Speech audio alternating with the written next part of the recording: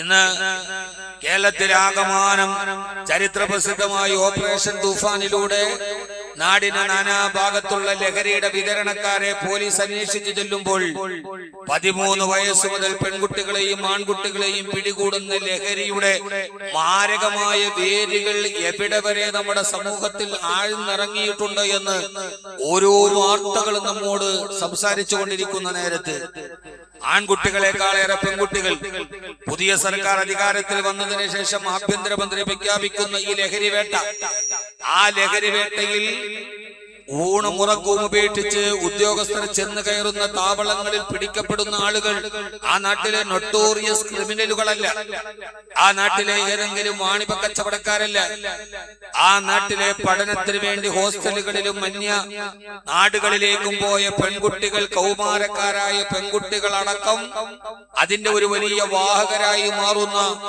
നമ്മുടെ സംസ്ഥാനം, നമ്മുടെ നാട് ഞെട്ടിത്തെരിച്ചു നിന്നു പോകുന്നു എന്ന് പറഞ്ഞാൽ ഓരോ രക്ഷകർത്താവിന്റെയും ഹൃദയത്തിന്റെ ഉള്ളിൽ തീ കോരിയിടുന്ന വാർത്തകളാണ് നാം കേട്ടുകൊണ്ടിരിക്കുന്നത്.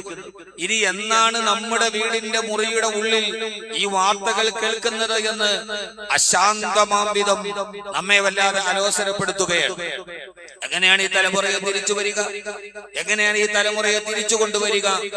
ഇവിടെയാണ് ലഹരിയെ കുറിച്ച് വിശുദ്ധമായ ഖുർആൻ നമ്മോട് സംസാരിക്കുന്നത്. ഒരു ജനതയുണ്ട്, ദ ഡാർക്ക് ഏജ്, ഇരുണ്ട യുഗം എന്നാണ് വിളിക്കുന്നത് ആ യുഗത്തിന്. അന്നങ്ങനെ വിളിക്കാൻ കാരണം അത് സൂര്യൻ ഉദിക്കാത്തത് കൊണ്ടല്ല, ചന്ദ്രന്റെ വെളിച്ചം വരാത്തത് കൊണ്ടല്ല, ആ മനുഷ്യന്റെ ഹൃദയത്തിലേക്ക് വെളിച്ചം കയറാനുള്ള സർവ്വവാതിലുകളും അടഞ്ഞുപോയവർ, ഏതുപേക്ഷിച്ചാലും ലഹരി ഉപേക്ഷിക്കില്ല എന്ന് ശപഥം ചെയ്തവർ ആ കാലഘട്ടത്തിലെ ചെറുപ്പക്കാരായിരുന്നു എന്നറിയുമോ?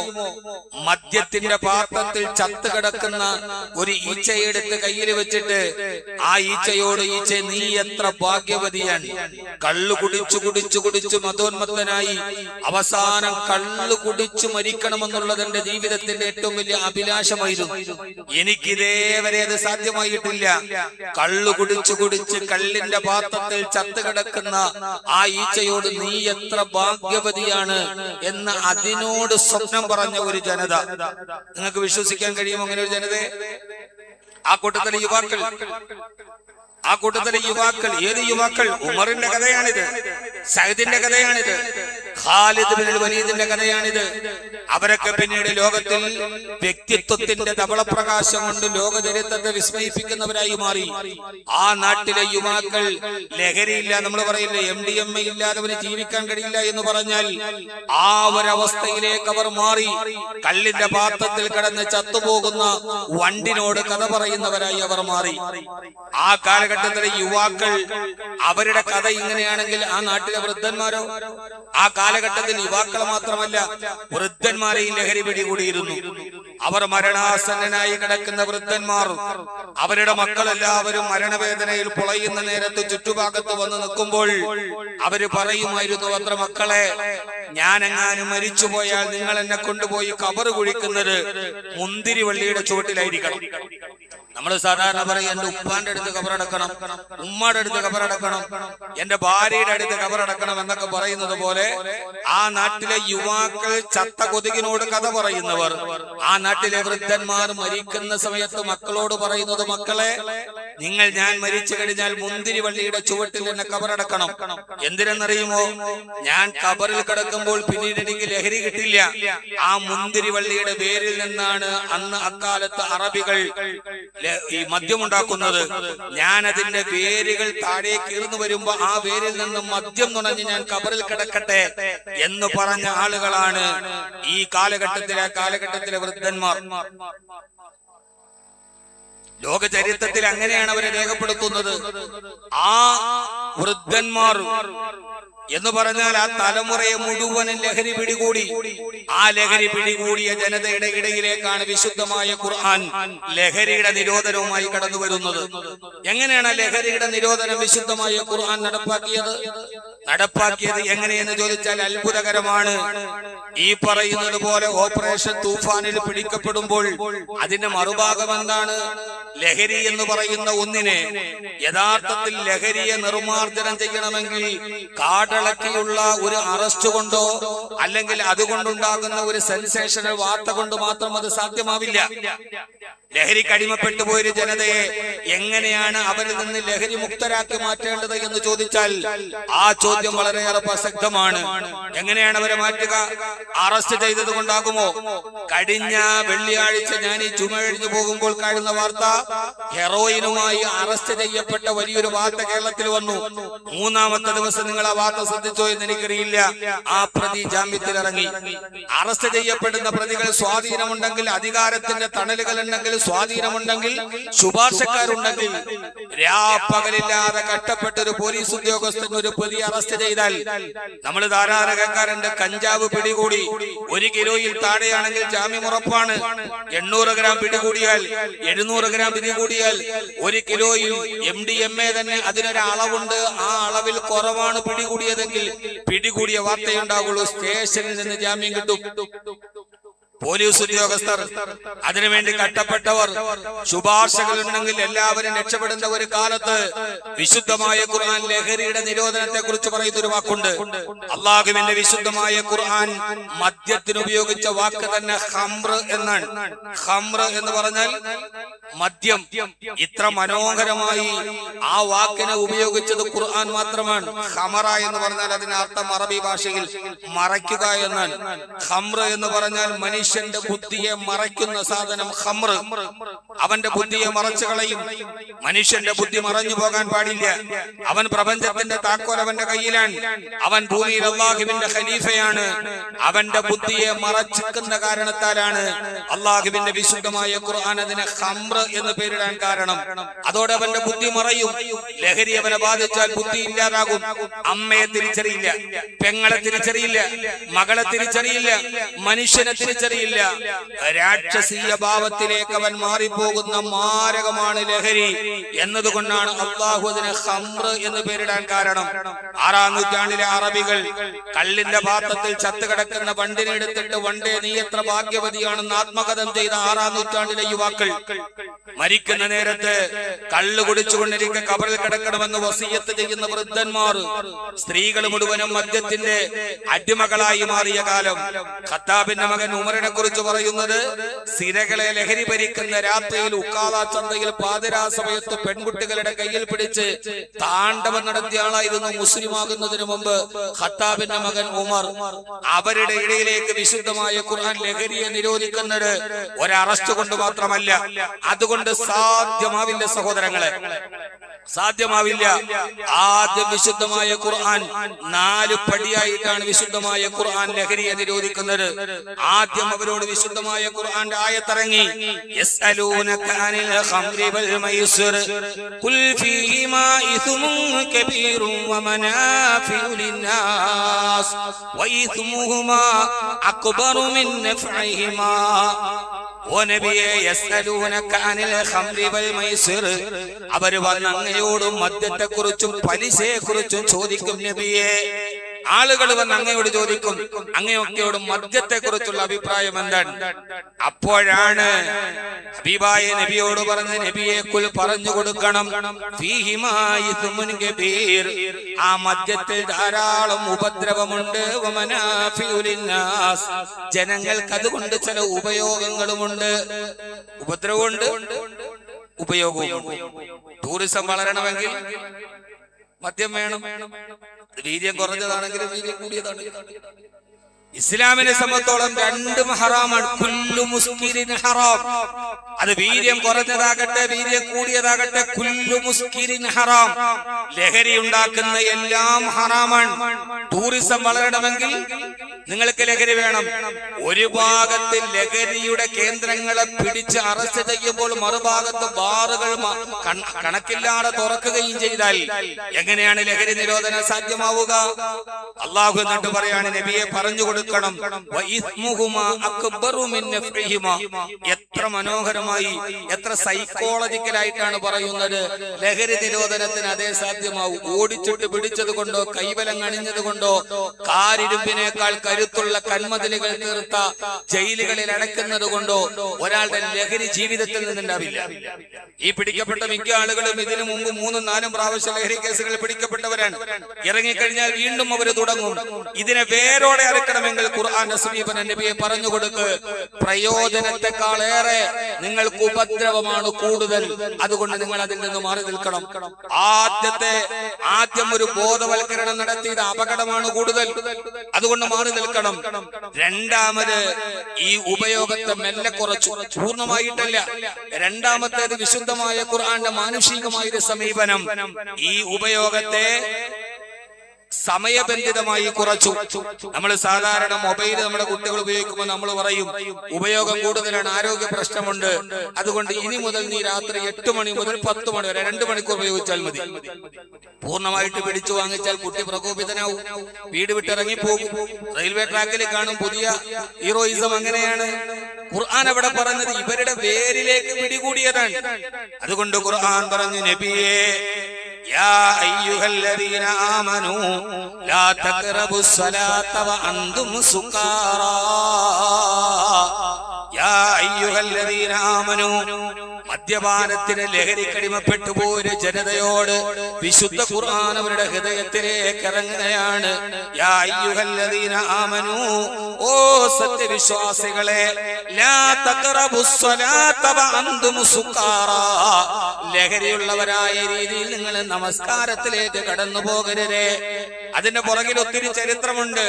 അലി റളിയല്ലാഹു തആല നിസ്കരിക്കുന്ന നേരത്ത് ഖുൽ യാ അയ്യുൽ കാഫിറൂൻ ഓതി, ഖുൽ യാ അയ്യുൽ കാഫിറൂൻ അഅ്ബുദു മാ തഅ്ബുദൂൻ, ലാ മാറ്റിയിട്ട് നിങ്ങൾ ആരാധിക്കുന്നതിനെ ഞാനും ആരാധിക്കുന്നു എന്ന് ഓതുകയും ഖുർആന്റെ അർത്ഥം തന്നെ മാറുകയും ചെയ്തപ്പോഴാണ് ഈ ആയത്തിറങ്ങുന്നത്. നബിയെ അവരോട് പറയേ, ലഹരി ഉപയോഗിച്ചോളൂ, പക്ഷെ നമസ്കാരത്തിലേക്ക് പോകുന്ന സമയത്ത് ലഹരി പാടില്ല. എത്ര മനോഹരമാണ് ആ ലഹരി നിരോധനം. അപ്പോൾ നോക്കുമ്പോൾ ലോഹറിന് കുടിക്കാൻ പറ്റില്ല, അസറാകുമ്പോൾ മാറില്ല. അസറുള്ളത് കൊണ്ട് മഗ്‌രിബിന് കുടിക്കാൻ പറ്റില്ല, അപ്പോഴത്തേക്ക് ലഹരി വിടില്ല. സുബൈക്ക് കുടിക്കാൻ പറ്റില്ല, കാരണം ലോഹറാകുമ്പോൾ മാറില്ല. അവസാനം അവരുടെ ഉപയോഗം ഇശാ കഴിഞ്ഞൊരൽപ്പം നുണയും, അത് സുബൈക്ക് മുമ്പ് അതിന്റെ അഡിക്ഷനിൽ നിന്ന് മാറും, സുബൈ നിസ്കരിക്കാൻ പോകും. രണ്ടാമത്തെ പടിയായി ലഹരി നിരോധനം ഖുർആൻ നടപ്പാക്കിയത് അതിനൊരു കൃത്യമായ സമയം നിശ്ചയിച്ചുകൊണ്ടാണ്.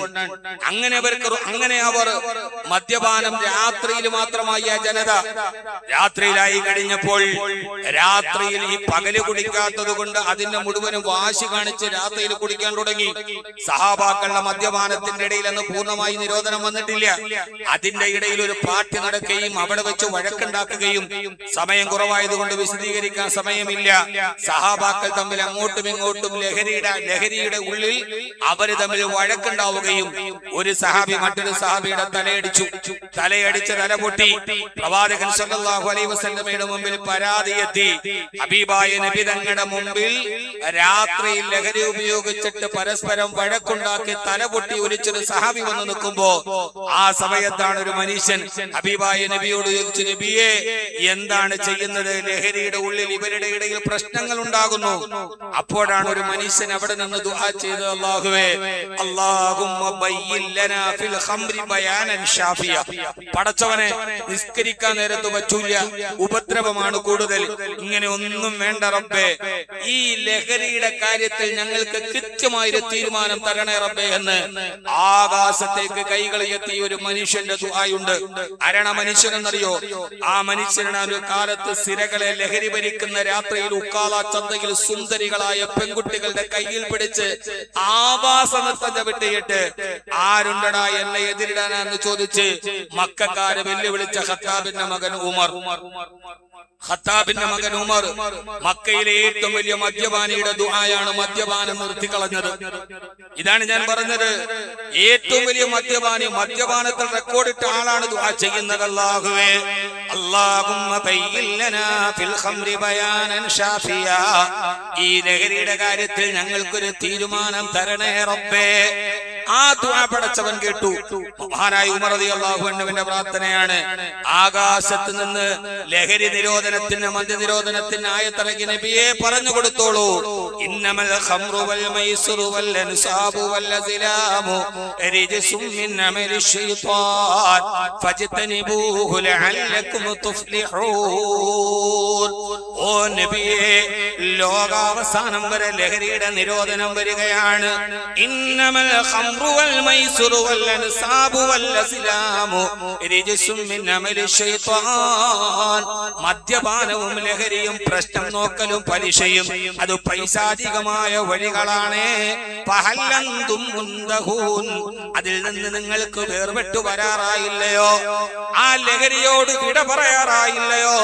ഈ ആയത്തും മദീനത്തുൻ നബവിയിൽ ഇറങ്ങുമ്പോ അന്ന് മദീനയിലെ ഏറ്റവും വലിയ അബ്കാരി കോൺട്രാക്ടറാണ് അബ്ദുറഹ്മാൻ ഇബ്നു ഔഫ് റളിയല്ലാഹു അൻഹു. അബ്ദുറഹ്മാൻ ഇബ്നു ഔഫ് റളിയല്ലാഹു അൻഹു തന്റെ വീട്ടിലെ ഗോഡൌണിൽ സൂക്ഷിച്ചിരുന്ന ബാരൽ കണക്കിന് മദ്യം മറിച്ചു കളഞ്ഞ് ആ മദ്യം മുഴുവനും മദീനയുടെ തെരുവോരത്തിലൂടെ ഒഴുകി നടന്നു. ഹബീബിന്റെ മദീനയിലേക്ക് സഹാബാക്കൾ ഓടി വന്ന് പറഞ്ഞു, ഇൻതഹൈനാ യാ റസൂലല്ലാഹ്, നബിയെ ഞങ്ങൾ നിർത്തി. അല്ലാഹു നിർത്താൻ പറഞ്ഞാൽ ഇൻതഹൈനാ, ഞങ്ങൾ ഇവിടെ വെച്ച് നിർത്തി. ഇനി ലഹരിയില്ല, ഇനി മദ്യമില്ല, അതുമായി ഞങ്ങളുടെ ജീവിതത്തിൽ ഒരു ബന്ധവും ഞങ്ങൾക്കില്ല നബിയെ. ബ്രിട്ടീഷ് പാർലമെന്റ് $900 കോടി മുടക്കിയിട്ടാണ് ബ്രിട്ടീഷ് പാർലമെന്റിൽ ഒരു സമയത്ത് മദ്യനിരോധനം നടത്തിയത്. 6 മാസം കഴിഞ്ഞപ്പോൾ ബ്രിട്ടീഷ് രാജ്യത്തിന്റെ സാമ്പത്തികമായ എക്കോണമിക്കൽ ബാലൻസ് നഷ്ടപ്പെട്ടപ്പോൾ മദ്യനിരോധനം എടുത്തുമാറ്റി. 994 കേരള സർക്കാർ ചാരായ നിരോധനം നടത്തിയിട്ട് അത് പൂർണ്ണമായി നടപ്പാക്കാൻ കഴിഞ്ഞില്ല. പിന്നെ പൊഴികളിലും തീരങ്ങളിലും കുടിലുകളും വ്യാജമദ്യത്തിന്റെ ദുരന്തങ്ങൾ ഉണ്ടായി. കൊല്ലം ജില്ലയിൽ കണ്ണുപോയ ദുരന്തങ്ങൾ ഉണ്ടായി. ചാരായ നിരോധനം നടത്തിയപ്പോ ബ്രിട്ടീഷ് സർക്കാരിന് നടക്കാത്തത്, ലോകത്തിന്റെ ഉരുക്ക് രാഷ്ട്രത്തിന് പറ്റാത്തത്, നമ്മുടെ സർക്കാരിന് പറ്റാത്തത് 12 അക്ഷരങ്ങൾ കൊണ്ട് നടപ്പാക്കിയ ഒരു ലഹരി നിരോധനത്തിന്റെ കഥയാണ് ഇൻതഹൈനാ യാ റസൂലല്ലാഹ്, നബിയെ ഞങ്ങൾ നിർത്തി. ഫഹൽ അൻതും മുന്തഹൂൻ, 12 അക്ഷരങ്ങൾ നിങ്ങൾക്ക് നിർത്താറായില്ലേ? ആ സമയത്താണ് മറുഭാഗത്തൊരു പ്രഖ്യാപനം കണ്ടത്, മൻ ശരിബ ഖംറൻ മുസ്കിറൻ മുസ്തഹില്ലൻ ലഹു ബഅദ തഹരീമിഹി വലം യതുബ് വലം യൻസഅ ഫലൈസ മിന്നി വലാ അന മിൻഹു യൗമൽ ഖിയാമ. മൻ ശരിബ ഖംറൻ മുസ്കിറ, ലഹരി ബാധിക്കുന്ന മദ്യം ആരെങ്കിലും കുടിച്ചാൽ, വലം യതുബ്, അവൻ പശ്ചാത്തപിച്ചില്ല, വലം യൻസഅ, അതിൽ നിന്ന് അവൻ മാറിയില്ല, എന്നാൽ ഫലൈസ മിന്നി, അവൻ എന്നിൽപ്പെട്ടവനല്ല, വലാ അന മിൻഹു യൗമൽ ഖിയാമ, നാളെ പരലോകത്ത് അവനെ കണ്ടാൽ ഞാൻ മുഖം തിരിച്ചു കളയുമെന്ന് ഹബീബായ നബി തങ്ങളുടെ പ്രഖ്യാപനം വന്നപ്പോ കള്ളു കുടിച്ചുകൊണ്ട് മദീനയുടെ മരുഭൂമിയിൽ ഒരു ചെറുപ്പക്കാരൻ വായിലേക്ക് വിരലിട്ടിട്ട് ഛർദിക്കുകയാണ്. എന്തെന്ന് ചോദിച്ചപ്പോ അള്ളാഹുവിന്റെ റസൂൽ പറഞ്ഞു, മദ്യപിച്ച ഒരുത്തനുമായി ഹബീബിന് ബന്ധമില്ലെന്ന്. എന്റെ ഹബീബുമായിട്ടുള്ള എന്റെ ബന്ധത്തെ വിച്ഛേദിച്ചു കളയുന്ന മദ്യം എന്റെ വയറ്റിൽ കിടക്കണ്ടെന്ന് പറഞ്ഞ് വായിൽ വിരലിട്ട് ഛർദിച്ചു കളഞ്ഞ ഒരു ലഹരി നിരോധനത്തിന്റെ കഥ പറയുന്നുണ്ട് മദീന. ഉഖ്ബാ തേരി ഗലീമേ യ ഉഖറാ തേരി ഗലീമേ, ആഖിറവും അങ്ങയുടെ പട്ടണത്തിലാണ് നബിയെ, ദുനിയാവും അങ്ങയുടെ പട്ടണത്തിലാണ്. ലഹരി നിരോധനം എന്ന് പറയുന്നത് അങ്ങാടിയിൽ കാണുന്നവനെ കൈ പുറകോട്ട് പിടിച്ച് ചങ്ങലക്കിട്ടാൽ മാത്രം തീരുന്നതല്ല, ഒരു ജനത ഹൃദയം കൊണ്ടെടുക്കേണ്ട തീരുമാനമാണ്. ഞങ്ങൾ അവിടെ ഇല്ല. ഇൻതഹൈനാ എന്ന ഒരൊറ്റ വാക്കിൽ ആ വിശുദ്ധമായ ഖുർആൻ ലഹരി നിരോധിച്ചു. നിങ്ങൾക്ക് മനസ്സിലാകുമോ എന്ന് എനിക്കറിയില്ല. എങ്ങനെയാണ് ഈ സമീപനം മുമ്പോട്ട് കൊണ്ടുപോകേണ്ടത്? ലഹരി എന്നത് അത്ര പെട്ടെന്ന് മാറില്ല. ഞാൻ പറഞ്ഞല്ലോ, ഒരു വൃദ്ധൻ മരിക്കുന്ന നേരത്ത് മക്കളോട് പറയാണ്, മക്കളെ, എന്നെ കബറടക്കുമ്പോൾ നിങ്ങൾ മുന്തിരിവള്ളിയുടെ ചുവട്ടിൽ കബറടക്കണം. അവിടെ കിടന്ന് മുന്തിരിവള്ളിയിൽ നിന്ന് മദ്യം കുടിച്ചെനിക്ക് കബറിൽ കിടക്കണം. ആ പാടിയ ആളുടെ പേരാണ് അബൂ മിഹിജൻ അൽ-സഖഫി. നമ്മളെല്ലാ പ്രസംഗത്തിലും അക്കാലത്തെ കുറിച്ച് പറയുന്ന മക്കളോട് പറയാണ്, മക്കളെ, ഇദാ മിത്തു ഫദ്ഫിന്നി ഇലാ ജംബി കർബതി തുറഹുവി ഇളാമി ബഅദ മൗതി ഉറൂഖുഹാ. മക്കളെ, ഞാൻ മരിച്ചാൽ എന്നെ മുന്തിരിവള്ളിയുടെ ചുവട്ടിൽ കിടത്തണം കേട്ടോ, എനിക്ക് അവിടെ നിന്ന് മദ്യം കുടിക്കണം. വലാ തദ്ഫനനി ഫിൽ ഫലാതി വഇന്നനി അഖാഫു അലാ അല്ലാ മൗതി ഉദൂഖുഹാ. നിങ്ങൾ എന്നെ കൊണ്ടുപോയി മരുഭൂമിയിലൊന്നും കബറടക്കരുത്, കാരണം അവിടെ കിടന്ന് ഞാൻ തൊണ്ട വരണ്ട് ചത്തുപോകും. ഈ പാട്ട് പാടിയ ആളുടെ പേരാണ് അബൂ മിഹിജൻ അൽ-സഖഫി റളിയല്ലാഹു അൻഹു. അദ്ദേഹം മക്കയിലെ ഏറ്റവും വലിയ മദ്യപാനിയാണ്. അയാൾ അത്ര വലിയ മദ്യാസക്തിയുള്ള ആളായിരിക്കും. അവസാനം ഹബീബായ നബി സല്ലല്ലാഹു അലൈഹി വസല്ലം വരുമ്പോൾ ഇദ്ദേഹം മുസ്ലിമായി, ഇസ്ലാമിലേക്ക് വന്നു. മദ്യം നിരോധിക്കുന്ന ആയത്തിറങ്ങി, മദ്യ നിരോധനം നടന്നു. പക്ഷെ അബൂ മിഹിജൻ റളിയല്ലാഹു തആല അൻഹുവിന് മദ്യത്തെ പൂർണ്ണമായി ഉപേക്ഷിക്കാൻ കഴിഞ്ഞില്ല. യുദ്ധത്തിനൊക്കെ പോകുമ്പോ ഒരു ചെറിയ കുപ്പിയിൽ ഒരല്പം മദ്യമെടുത്ത് തന്റെ അരക്കട്ടിൽ ഒളിപ്പിച്ചു വെക്കും. വല്ലാതെ കയ്യും കാലും വിറയ്ക്കുന്ന നേരത്ത് ആരും അറിയാതെ ഒരു ഇത്തിരി കുടിക്കും. അബൂ മിഹിജൻ അസ്സഖഫി റളിയല്ലാഹു അൻഹു, ഒരു സഹാബിയുടെ കഥയാണ് ചെറുപ്പക്കാരെ ഞാൻ പറയുന്നത്. അദ്ദേഹം സഹാബിയാണ്. പൂർണ്ണമായിട്ട് അങ്ങനെ വിടാൻ പറ്റിയില്ല. MDMA സ്ഥിരമായി ഉപയോഗിക്കുന്ന ആൾ കിട്ടാതെ വരുമ്പോൾ ബഹളമുണ്ടാവും, കൈകാലുകൾ വിറക്കും. മദ്യപിക്കുന്ന ഒരാൾക്ക് സമയമാകുമ്പോൾ അത് നിയന്ത്രിക്കാൻ കഴിയാതെ പോകുമ്പോൾ അവയവങ്ങളെ ബാധിക്കും. അബൂ മിഹിജൻ അസ്സഖഫി റളിയല്ലാഹു അൻഹു പൂർണ്ണമായി മാറാൻ കഴിഞ്ഞില്ല. ഒരു ചെറിയ ഒരു കുപ്പിയിലെടുത്ത് വെച്ച് ആരും കാണാതെ നിലവിട്ട് പോകുമ്പോൾ ബാലൻസ് വിടുമ്പോൾ കുടിക്കും. പലപ്പോഴും പിടിക്കപ്പെടും. റസൂലുള്ളാഹി സ്വല്ലല്ലാഹു അലൈഹി വസല്ലം ശകാരിക്കും, പറഞ്ഞു വിടും. അവസാനം മഹാനായ സഈദ് റളിയല്ലാഹു തആല അൻഹുവിന്റെ നേതൃത്വത്തിൽ ഒരല്പം ഒരാൾക്കൊരു സ്വഭാവമുണ്ടെങ്കിൽ അത് പെട്ടെന്ന് മാറൂല. ഈ സ്വഭാവത്തിന് ഇംഗ്ലീഷിൽ പറയുന്ന പേര് തന്നെ ഹാബിറ്റ് എന്ന്. സ്വഭാവം, പ്രകൃതം. അതിന് എച്ചും എയും പോയാലും പിന്നെ ഒരു ബിറ്റ് കാണും, ഒരു കഷ്ണം. ഹാബിറ്റ് എന്ന് പറയാൻ തന്നെ കാരണം ഏതാണ്? ഒരു സ്വഭാവം പെട്ടെന്നങ്ങ് മാറിയാൽ എച്ചും എയും കളഞ്ഞാലും പിന്നെ ഒരു ബിറ്റ് മാത്രമേ ഉണ്ടാവും, ഒരു കഷ്ണം അതിന്റെ ബാക്കി ഉണ്ടാവും. ഒരു 50 മില്ലി എപ്പോഴും അദ്ദേഹം വെച്ചിരിക്കും. മഹാനായ സഈദ് റളിയല്ലാഹു അൻഹുവിന്റെ കാലഘട്ടത്തിൽ വലിയൊരു യുദ്ധം നടന്നു ഖാദിസിയയിൽ. മഹാനായ അബൂ മിഹിജൻ അസ്സഖഫി റളിയല്ലാഹു തആല അൻഹു നന്നായി അമ്പെയ്യുന്ന ആളാണ്. ഒരു പുതിയ കാലത്ത് ഒരു അബൂ മിഹിജൻ ഉണ്ടാവണം. ഓപ്പറേഷൻ തൂഫാൻ നടന്നാലും ഓപ്പറേഷൻ ഏത് നടന്നാലും ഈ കാരിയറുകളെയും കൊച്ചു കൊച്ചു സെയിൽസ്മാരെയും പിടിക്കുന്നതിനപ്പുറം ഇതിനൊരു പ്രഭവ കേന്ദ്രമുണ്ട്, ഇതിന്റെ മേലാളന്മാരുണ്ട്, ഇതിന്റെ ഹോൾസെയിൽ ആളുകളുണ്ട്. തൊടാൻ കഴിയണം. അവിടെ നിന്നാണ് തുടങ്ങേണ്ടത്. പെരുമ്പാവൂരിലെ അങ്ങാടിയിലോ തമ്പാനൂരിലെ ബസ് സ്റ്റാൻഡിലോ നിൽക്കുന്ന അതിഥി തൊഴിലാളിയുടെ ഇടുപ്പിൽ മാത്രമല്ല MDMA ഉള്ളത്. അവർക്ക് ഇത് കൊണ്ടുവരുന്ന, വിദേശത്ത് നിന്ന് കൊണ്ടുവരുന്ന, എവിടെയാണ് നമ്മൾ വിശ്വസിക്കുന്നത്, ഓപ്പറേഷൻ ചെയ്യാൻ പോയി കിടക്കുന്ന അനസ്തേഷ്യയുടെ ഡോക്ടറുടെ സ്റ്റാഫിന്റെ കയ്യിൽ പോലും MDMA. ഉറക്കം വരാതിരിക്കാൻ MDMA ഉപയോഗിച്ചിട്ടാണ് അനസ്തേഷ്യയുടെ സ്റ്റാഫ് ഇരിക്കുന്നതെന്നുള്ള ഞെട്ടിപ്പിക്കുന്ന വർത്തമാനത്തിലാണ് നാം നിൽക്കുന്നത്. വെറുതെയല്ല കത്രിക വയറ്റിൽ കുടുങ്ങുന്നത്, വെറുതെയല്ല പലതും വെളിയിലോട്ട് വരാൻ പോകുന്നത്. എല്ലാ രംഗത്തെയും ലഹരി ബാധിക്കുന്ന നേരത്ത് ലഹരിയിൽ ജീവിച്ച ഒരു ജനത. ഖാദിസിയ യുദ്ധം നടന്നു. 30,000-ഓളം വരുന്ന മുസ്ലിമീങ്ങളുടെ മേൽ 3 ലക്ഷത്തിന്റെ യുദ്ധം നടന്നു. ആ യുദ്ധത്തിലാണ് ആദ്യമായിട്ട് ആനയെ ഉപയോഗിക്കുന്നത്. മഹാനായ അബൂ മിഹിജൻ അസ്സഖഫി റളിയല്ലാഹു അൻഹു നന്നായിട്ട് വില്ല് അമ്പ് കുലയ്ക്കുന്ന ആളാണ്. മഹാനായ അബൂ മിഹിജൻ അസ്സഖഫി റളിയല്ലാഹു അൻഹു വാൾ നന്നായിട്ട് പയറ്റും. വാൾപ്പയറ്റ് നന്നായിട്ട് അറിയാം. അദ്ദേഹത്തിന്റെ വാൾപ്പയറ്റ് പ്രസിദ്ധമാണ്, അത് കണ്ടാൽ തന്നെ അറിയാം.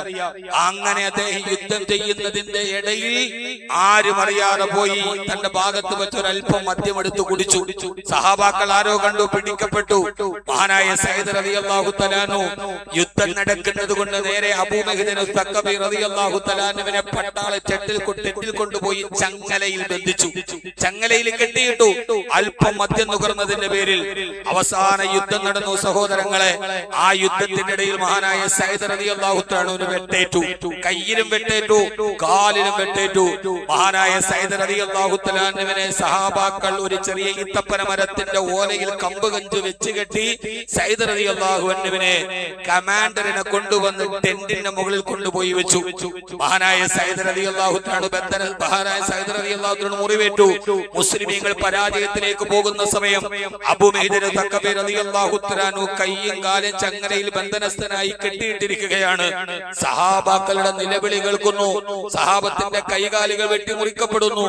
മഹാനായ അബൂ മിഹിജൻ അസ്സഖഫി റളിയല്ലാഹു അൻഹു സഹിച്ചില്ല. അല്ലാഹുവേ, ഈ സമയത്താണ് എന്റെ വാൾപ്പയറ്റ് മുസ്ലിമീങ്ങൾക്ക് ആവശ്യമുള്ളത്. എന്റെ കൂട്ടുകാർ കൊന്നൊടുക്കപ്പെടുന്നു, അവരുടെ കൈകാലുകൾ വെട്ടിമുറിക്കപ്പെടുന്നു. അവിടെ നിന്ന് വാൾത്തലപ്പുകളുടെ ശബ്ദം കേൾക്കുന്നു. ഞാനാണെങ്കിലോ ബന്ധനസ്ഥനായി ഇവിടെ കിടക്കുകയാണ്. എന്റെ ജീവിതത്തിൽ എന്റെ ഇസ്ലാം തകർക്കപ്പെടുമ്പോൾ എനിക്കൊന്നും ചെയ്യാൻ കഴിയുന്നില്ലല്ലോ റബ്ബേ എന്ന് പറഞ്ഞു അബൂ മിഹിജൻ അസ്സഖഫി റളിയല്ലാഹു അൻഹു ചങ്ങലയിൽ ബന്ധനസ്ഥനായിട്ടൊരു കവിത പാടി. വലൗ കുന്തു അന്നാനൽ ഹദീഖി ബലഖത് വലാ സാമിഅ സൗതി വലാ മൻ യറാനിയ. അവരെപ്പോഴും കവിത പാടുന്നവരാണ്. പടച്ചവൻ എന്റെ വെട്ടെന്ന് അരിച്ചു വിട്ടിരുന്നെങ്കിൽ, എന്നെ ഒന്ന് സ്വതന്ത്രനാക്കിയെങ്കിൽ എന്റെ ഹബീബിന്റെ ഇസ്ലാമിനെ എനിക്ക് രക്ഷിക്കാമായിരുന്നല്ലോ. സദറുകാരന്റെ ഭാര്യ ഇത് കേട്ടു. അവർ നോക്കുമ്പോൾ ഇസ്ലാം പരാജയത്തിലേക്ക് പോകുന്നു. ഭർത്താവിന് വെട്ടേറ്റ് കിടക്കുന്നു. ആരും അറിയാതെ ചെന്നിട്ട് സഈദ് റളിയല്ലാഹു അൻഹു അവരോട് പറഞ്ഞു, പ്രിയപ്പെട്ടവളെ, നീ എന്റെ കൈ ചങ്ങലക്കെട്ടൊന്ന് അഴിച്ചുവിട്. ഞാൻ അവിടെ പോയി ഇസ്ലാമിന് വേണ്ടി പോരാടിയിട്ട് നേരെ ഇവിടെ തിരിച്ചു വന്നുകൊള്ളാം. അവർ ചങ്ങലക്കെട്ട് അഴിച്ചുവിട്ടു. അബൂ മിഹിജൻ അസ്സഖഫി റളിയല്ലാഹു റളിയല്ലാഹു തആല ചാടി ഇറങ്ങുമ്പോൾ സഅദ് റളിയല്ലാഹു തആലയുടെ കുതിര മുമ്പിലുണ്ട്. ആ കുതിരപ്പുറത്തേക്ക് ചാടിക്കയറി നേരെ യുദ്ധമുഖത്ത് പോയി യുദ്ധം ചെയ്തു. ആ യുദ്ധം ചെയ്ത് വാൾ തലപ്പുകൾ ഇങ്ങനെ ചുഴറ്റുമ്പോൾ മറുഭാഗത്തിരുന്ന് സഅദ് റളിയല്ലാഹു തആല പറയുന്നു, ആ വാള് ചുഴറ്റുന്നത് കണ്ടിട്ടത് അബൂ മിഹ്ജനെ പോലെ ഇരിക്കുന്നുവല്ലോ എന്ന് മഹാനവറുകൾ പറയുന്നുമുണ്ട്. സഹോദരങ്ങളെ, അബൂ മിഹ്ജൻ സഖഫി റളിയല്ലാഹു തആല വാള് ചുഴറ്റി. ഇസ്ലാം വിജയിച്ചു, യുദ്ധത്തിന് ജയമുണ്ടായി. മഹാനവറുകൾ നേരെ തിരിച്ചു വന്നു. സഅദ് റളിയല്ലാഹു തആലയുടെ ഭാര്യ അവരെ ചങ്ങലക്കെട്ടിൽ വീണ്ടും ബന്ധനസ്ഥനാക്കി. യുദ്ധമെല്ലാം അവസാനിച്ചു. മഹാനായ സഅദ് റളിയല്ലാഹു തആല ഇറങ്ങി വന്ന് സഹാബത്ത് പറഞ്ഞു, പരാജയത്തിലേക്ക് പോകുന്ന സമയത്ത് എവിടെ നിന്നോ ഒരു മനുഷ്യൻ കുതിരപ്പുറത്തു വന്നു, അദ്ദേഹമാണ് ഈ വിജയം സമ്മാനിച്ചതെന്ന് പറയുമ്പോൾ സഅദ് റളിയല്ലാഹു ചോദിച്ചു, ആരാണ് അയാൾ? നോക്കുമ്പോൾ സഅദ് റളിയല്ലാഹു തആലയുടെ കുതിര മെല്ലെ ഇങ്ങനെ അണയ്ക്കുന്നുണ്ട്. ഒരു വലിയ ഓട്ടം കഴിഞ്ഞ് തിരിച്ചു വന്നതുപോലെ സഅദ് റളിയല്ലാഹു ചോദിച്ചു, ആരാണ് എന്റെ കുതിരപ്പുറത്ത് പോയത്? എന്റെ കുതിരയുടെ പുറത്ത് ആരാണ് യാത്ര ചെയ്തത്? മഹാനായ അബൂ മിഹ്ജൻ സഖഫി റളിയല്ലാഹു തആല പറഞ്ഞു, നബി സഅദേ, ഞാനാണ് നിങ്ങളുടെ ഭാര്യയാണ് എന്നെ കെട്ടഴിച്ചു വിട്ടത്. മഹാനായ സഅദ് റളിയല്ലാഹു തആല അബൂ മിഹ്ജൻ സഖഫിയെ തന്റെ കയ്യിൽ പിടിച്ച് എഴുന്നേൽപ്പിച്ചു. അദ്ദേഹത്തിന്റെ സഅദ് റളിയല്ലാഹു തആല കയ്യിൽ മുത്തം കൊടുത്തിട്ട് അബൂ മിഹ്ജൻ സഖഫി പറഞ്ഞു, വല്ലാഹി പടച്ച തമ്പുരാനെ തന്നെയാണ് സത്യം, ഇനി ഞാൻ എന്റെ ജീവിതത്തിൽ ഞാൻ ലഹരി തൊടുകയില്ല. ഇനി ഞാൻ തൊടുന്നെങ്കിൽ അതെന്റെ റബ്ബ് എനിക്ക് തന്നാൽ മാത്രമേ ഉള്ളൂ. നാളെ പരലോകത്തിൽ ലഹരിയുണ്ട് സഹോദരങ്ങളെ. യുസ്ഖൗന മിർ റഹീഖിൻ മഖ്തൂം ഖിതാമുഹു മിസ്ക് വഫീ ദാലിക ഫലയതനാഫസിൽ മുതനാഫിസൂൻ. സൂറത്തുൽ തത്ഫീഫ് അല്ലാഹു പറയുകയാണ്, യുസ്ഖൗന മിർ റഹീഖിൻ മഖ്തൂം. ലഹരി ഉപയോഗിക്കാത്തവർ, ലഹരിയിൽ നിന്ന് മാറി നിൽക്കുന്നവർ, ജീവിതത്തിൽ മദ്യം കൈകൊണ്ട് തൊടാത്തവർ, കൂട്ടുകാർ ആഘോഷിക്കുമ്പോൾ, കൂട്ടുകാർ കഴിക്കുമ്പോൾ, കൂട്ടുകാർ വിളിക്കുമ്പോൾ ഇന്നി അഖാഫുല്ലാഹ്, എനിക്ക് എന്റെ റബ്ബിനെ പേടിയാണ്, എനിക്ക് നരകത്തെ പേടിയാണ് എന്ന് പറഞ്ഞിട്ട് ലഹരിയിൽ നിന്ന് മാറി നിൽക്കുന്ന ഒരാൾ യുസ്ഖൗന മിർ റഹീഖിൻ മഖ്തൂം, നാളെ സ്വർഗ്ഗത്തിൽ അല്ലാഹു അവന് മദ്യം കൊടുക്കും. അതിന്റെ പേര് അർ-റഹീഖ് എന്നാണ്. സ്വർഗത്തിലെ മദ്യത്തിന്റെ പേര് അർ-റഹീഖ് എന്നാണ്. ഖിതാമുഹു മിസ്ക്, അത് അടച്ചിരിക്കുന്നത് മിസ്ക് കൊണ്ടാണ്. വഫീ ദാലിക ഫലയതനാഫസിൽ മുതനാഫിസൂൻ, അത് കുടിക്കണമെന്ന് ആഗ്രഹമുള്ളവർ മത്സരിക്കട്ടെ എന്ന് വിശുദ്ധമായ ഖുർആൻ നമ്മോട് പറയുന്നുണ്ട്. അതുകൊണ്ട് എന്റെ യുവാക്കളോട് ലഹരിക്കെതിരെയുള്ള പോരാട്ടം അതൊരു ആത്മീയമായ ചോദനയാണ്. അവരെ അതിൽ നിന്ന് മാറ്റണമെങ്കിൽ ഖുർആൻ ചെയ്തതുപോലെ പടിപടിയായിട്ട് ഇതിൽ നിന്ന് മാറി ഇതിൽ നിന്ന് പിടിക്കപ്പെടുന്ന ആളുകൾക്ക് ഇനി അതിലേക്ക് തിരിച്ചു പോകാതിരിക്കാനുള്ള ഒരു വഴി ഉണ്ടാകണമല്ലോ. ആ വഴിയാണ് പടച്ചവന്റെ മുമ്പിലേക്ക് അടുക്കുക, അള്ളാഹുവിലേക്ക് അടുക്കുക. ഹബീബിന്റെ മുമ്പിൽ രസം കണ്ടെടുത്തതുപോലെ ആയിഷ റളിയല്ലാഹു അൻഹ പറയുന്നുണ്ട്, അള്ളാഹു ആദ്യം ഇറക്കിയ സൂറത്തുകൾ മുഴുവനും സ്വർഗത്തെയും നരകത്തെയും കുറിച്ച്. ആ സ്വർഗത്തെയും നരകത്തെയും കേട്ടപ്പോൾ 6-ാം നൂറ്റാണ്ടിലെ അറബികൾ തൗബ ചെയ്ത് മുസ്ലിമായി. അതിനുശേഷമാണ് മദ്യത്തെ അള്ളാഹു നിരോധിച്ചത്. ആദ്യം മദ്യത്തെ നിരോധിച്ചിരുന്നെങ്കിൽ ഓരോറ്റ മനുഷ്യൻ പോലും ഇസ്ലാമിലേക്ക് വരുമായിരുന്നില്ല എന്ന് ആയിഷത്തു സിദ്ദീഖ റളിയല്ലാഹു അൻഹ പറയുന്നു. ഖുർആൻ ഇറങ്ങിയ ഉടനെ മദ്യം നിരോധിച്ചിരുന്നെങ്കിൽ ഒരു ഉമറും ഉണ്ടാവില്ല, ഒരു ഖാലിദും ഉണ്ടാവില്ല. ആദ്യം സ്വർഗത്തെ പറഞ്ഞു കൊടുത്തു, നരകത്തിന്റെ വേദന പറഞ്ഞു കൊടുത്തു. അത് കഴിഞ്ഞ് മദ്യത്തെ നിരോധിച്ചത് കൊണ്ടാണ് ഇത്രയും പേർ ഇസ്ലാമിലേക്ക് വന്നതെന്ന് ആയിഷത്തു സിദ്ദീഖ റളിയല്ലാഹു തആല പറയുന്നുണ്ട്. അല്ലാഹു സുബ്ഹാനഹു വ തആല സ്വർഗത്തെ ആഗ്രഹിച്ച്, പടച്ചവനെ ആഗ്രഹിച്ച് ഈ മഹാപാതകത്തിൽ നിന്ന് മാറി നിൽക്കാൻ അല്ലാഹു നമുക്ക് തൗഫീഖ് നൽകുമാറാകട്ടെ. അതുകൊണ്ട് എന്റെ പ്രിയപ്പെട്ട യുവാക്കളോട് ഒരു ഇമാം എന്ന രീതിയിൽ, നിങ്ങൾ എന്നെ കേൾക്കാൻ വരുന്നു എന്ന രീതിയിൽ, ജീവിതത്തിൽ നമുക്ക് കിട്ടുന്ന ഏറ്റവും വലിയ ധീരത ഏതെന്നറിയോ? 10 പേരെ കൊല്ലുമ്പോഴല്ല, കീഴടക്കുമ്പോഴല്ല. ലഭ്യമായിരുന്നിട്ടും ഞാൻ മരണം വരെ ലഹരി തൊട്ടിട്ടില്ല എന്ന് പറയാൻ നിങ്ങളുടെ ഈ ക്ഷുഭിത യൗവനത്തിന്റെ കാലത്ത് പറയാൻ കഴിഞ്ഞാൽ നിങ്ങളാണ് ഏറ്റവും ഉന്നതം. ഞാനത് തൊട്ടിട്ടില്ല, ഞാനത് രുചിച്ചിട്ടില്ല. എന്തുകൊണ്ട്? എന്റെ റബ്ബ് എനിക്ക് ഹറാമാക്കിയതാണെന്ന് പറയാൻ എന്റെ യുവാക്കളെ നിങ്ങൾക്ക് കഴിയുമെങ്കിൽ നിങ്ങളാണ് ഏറ്റവും ഉന്നതർ. അള്ളാഹു അക്കൂട്ടത്തിൽ നമ്മളെ ഉൾപ്പെടുത്തി അനുഗ്രഹിക്കുമാറാകട്ടെ.